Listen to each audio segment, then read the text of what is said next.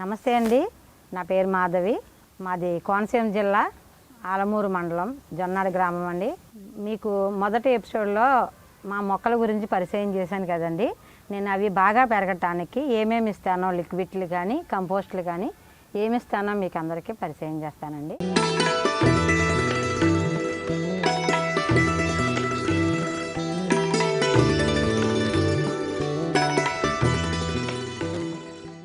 ఇది పుచ్చకాయ జ్యూస్ అండి. మనం వేసవి కాలంలో జ్యూస్ ఎలా తాగుతామో మొక్కలకి కూడా అలా ఉపయోగపడతాయి. ఇది పాడైపోయిన పుచ్చకాయని తెచ్చానండి. తెచ్చి నేను ఇలా చిన్న చిన్న పీసెస్గా కట్ చేసుకుని నేను ఇలా నీటిలో వేసేసుకుని ఒక 2 రోజులు ఉన్నాక దీనికి 4 రెట్లు నీళ్లు కలిపి నేను మొక్కలకైతే ఇచ్చేస్తానండి. ఇలా ఇవ్వటం వలన మొక్కలకి పోషకాలు వచ్చి చక్కగా వేసవికాలం మనకి కాపు రావటానికి, చిగుర్లు రావటానికి చాలా బాగా ఉపయోగపడుతుంది. ఇదే కాదండి, మన ఇంట్లో బొబ్బాసకాయ కానీ, దోసకాయ కానీ ఏవైనా కుళ్ళిపోయినవి ఉన్నాయనుకోండి, కూరగాయలు కానీ ఇలా వేసేసుకుని ఒక 2 రోజులు ఉంచాక మొక్కలకి ఇస్తే మంచి రిజల్ట్ అయితే నాకైతే చాలా బాగుందండి. మా మొక్కలు చాలా హ్యాపీగా తీసుకుంటాయి ఇవి. ఇది మన ఇంట్లో మధ్యలోని మేగడ పెడతాం కదండి. ఆ మేగడని మజ్జిగలా చేసుకుంటాం కదా, దాన్ని ఇలా 3 రోజులు ఉంచితే పులుస్తుందండి. ఇలా వేస్తే మనకి పూత అయితే వస్తుంది. మన చెట్లు పూత రాలిపోతుంది అనుకోండి, ఈ నీళ్లు పోయిగానే పూత రాలకుండా చక్కగా చిగుర్లు వచ్చి ఇక్కడి కాయలు అయితే కాస్తుంది. ఇవే నీళ్లు నేను ఇంగువ కాస్త పసుపు, ముద్ద ఇంగు వేసుకుంటే ఇంకా మంచిదండి. కానీ నా దగ్గర ఉన్నది మాత్రం ఈ ఇంగువనే వాడతాను నేను. ఇలా పసుపు, పూర్వం అమ్మమ్మ నాయనమ్మ పూత రాలిపోతుందంటే పసుపు నీళ్లు కొట్టమ్మా అనేవారండి.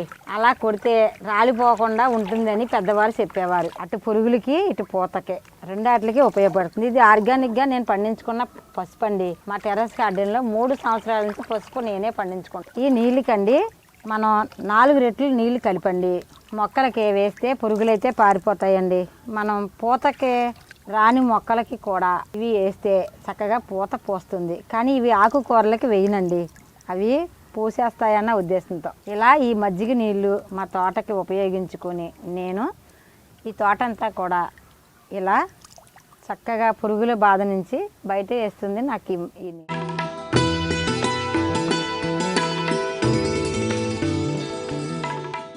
ఇది బియ్యపు కొడుగు. దీన్ని అందరూ కూడా చాలా మంది కుడితే అంటారండి. దీనికి పెట్టిన పేరు బూస్ట్ అని. ఈ బూస్ట్ మా తోటకి చాలా బాగా ఉపయోగపడింది. ఇది మినప కడుగు అండి. ఈ మినప కడుగులో నేను మా ఇంట్లో ఉన్న వేస్ట్, తర్వాత కందిపప్పు కడిగిన నీళ్ళండి, కూరగాయలు కడిగిన నీళ్లు, ఇది టీ వడకెట్టాక వచ్చిన టీ పొడితో సహా వేసే నీళ్లు, ఇది చట్నీ చేస్తాం కదండి, ఆ చట్నీ గిన్నె, తర్వాత గింజి. ఇలా నేను ఇందులో చిన్న బెల్లం ముక్క వేస్తానండి. వేసి ఒక 3 రోజులు ఉంచి దీనికి నేను 5 రెట్లు నీళ్లు కలిపి మా మొక్కలకైతే ఇస్తానండి. మా తోటకి ఈ నీళ్లు చాలా బాగా ఉపయోగపడే ప్రతి చెట్టు ఇవాళ పొయ్యటానికి కారణం ఈ నీళ్ళేనండి. దీన్ని నేనైతే పెట్టిన పేరు బూస్ట్ అండి. నాకు అంత బాగా ఉపయోగపడుతుంది ఈ నీళ్లు. మనం ఎంత పలసగా ఇస్తే అంత మంచిదండి మొక్కలకి. ఇప్పుడు కూడా మీరు ఎంత వీలైతే అంత పలసగా చేసి మొక్కలకైతే ఇవ్వండి.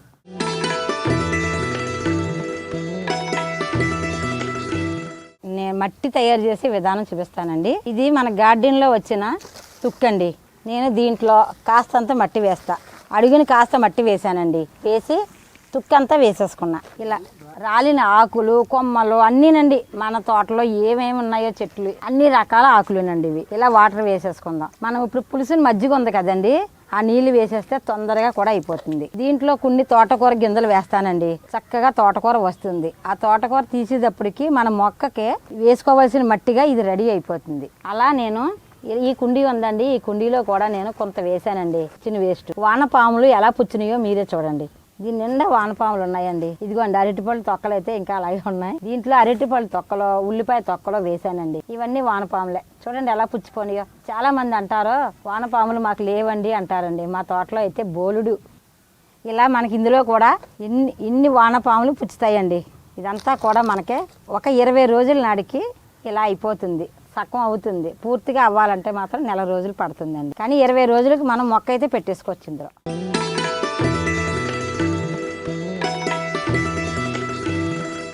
మా గార్డెన్కి కావలసిన వర్మీ కంపోస్ట్ నేను ఎలా తయారు చేసుకున్నానండి. చాలా సింపుల్గా ఇలా ఒక క్లాత్ వేసుకున్న అంటే ఎండ వేడికి వీటికి ఇబ్బంది లేకుండా.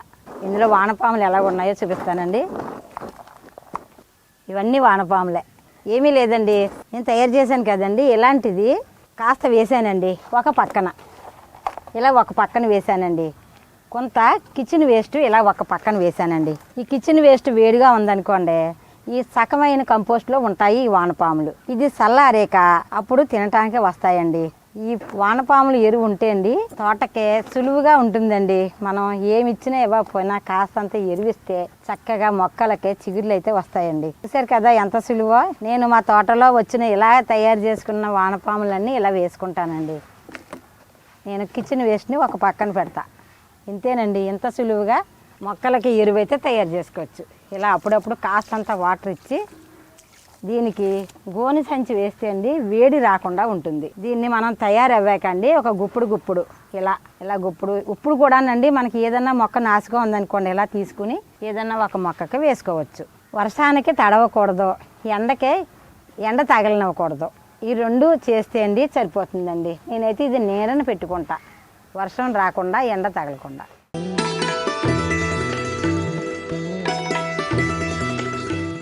మా చెట్లు ఇలా కాయటానికి కారణం ఇదిగోనండి, ఒక డబ్బా మూత తీసి నేను ఇలా కిచెన్ వేస్ట్ వేస్తానండి నేరుగా. ప్రతి కుండీలోని ఎక్కువ పళ్ళ చెట్లకి ఏర్పాటు చేస్తానండి.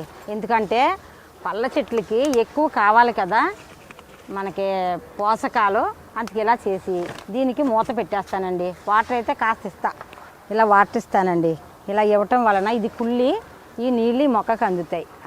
మన మొక్కలకి అన్ని రకాల పోషకాలు కిచెన్ వేస్ట్లో ఉంటాయండి. అలా ఉండటం వలన మొక్క చాలా హెల్దీగా కాయటానికి ఉపయోగపడుతుంది. ఇదండి మా తోట సీక్రెట్. ఈ సపోటాకి కూడా నేను ఈ సైజు డబ్బా పెట్టానండి, చాక్లెట్ల డబ్బా పెట్టి ఇలా వేస్తానండి. ఇలా వేసి నీళ్ళు కూడా పోసేసుకుంటా. దీన్ని మూత అయితే ఇలా పెట్టేస్తానండి. దాని పని అది చేసుకుంటుంది, మన పని మనం చేసుకుంటాం అంతే. 100 నుంచి 200 వరకు కాయలు అయితే కాస్తాయండి.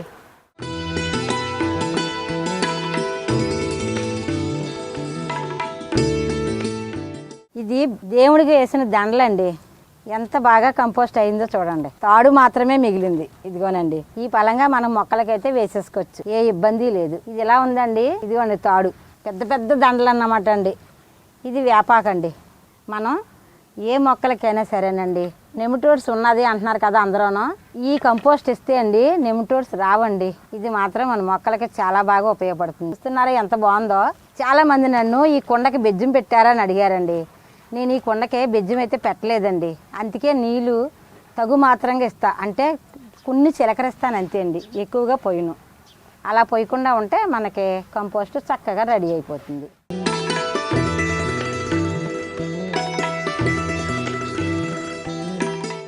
మా మొక్కలకి పురుగుల గురించి వాటికి సంబంధించి తెగుళ్ళ గురించినండి నేను ఇచ్చే విధానం పుల్లటి మజ్జిగ అండి. తర్వాత అన్నం వారం రోజులు కొల్లబెట్టి ఆ వాటర్నే ఇస్తే అండి మనకి తెల్ల నల్లి కానీ తర్వాత తెల్ల రెక్కల పురుగు కానీ పోతుందండి. అది ఒక రకమైన వాసన రావటం వలన మొక్కలకి ఆ వాసన పడదట్టండి పురుగులకి. చక్కగా మొక్కలకి నాకు చాలా బాగా ఉపయోగపడుతుందండి ఆ కుళ్ళబెట్టిన అన్నం నీళ్ళు. తర్వాత పుల్లటి మజ్జిగ. వీటికి పోలేదనుకోండి పచ్చిమిర్చి, అల్లం, ఎల్లుల్లి చెదగొట్టి 1 లీటర్కే 4 పచ్చిమిర్చి, 1 ఎల్లుల్లిపాయి, చిన్న అల్లం మొక్క. నేను అన్ని మొక్కలకి కూడా నేను అవి ఇస్తానండి. ఇంకా అది వేస్తే మాత్రం ఇంక తిరిగి లేదండి. మనకి ఎలాంటి పురుగైనా సరే పారిపోవాల్సిందే. నాకు అది చాలా బాగా ఉపయోగపడుతుంది. సులువైన పద్ధతుల్లో మొక్కలు పెంచుకునే విధానం. నేనైతే చాలా పువ్వులు, కాయలు, కూరగాయలు పండించుకుంటున్నాను. మీ అందరూ పండించుకోవాలని నేనైతే కోరుకుంటున్నాను. ఈ వీడియో మీకు నచ్చితే లైక్ చేయండి, ఇతరులకు షేర్ చేయండి. వీడియోపై మీ అభిప్రాయాన్ని కామెంట్ రూపంలో తెలపండి. మరిన్ని వ్యవసాయ వీడియోల కోసం రైతు నేస్తం యూట్యూబ్ ఛానల్ ని సబ్స్క్రైబ్ చేయండి. పక్కనే ఉన్న గంట సింబల్ నొక్కి నోటిఫికేషన్స్ ద్వారా తాజా వీడియోల సమాచారం పొందండి.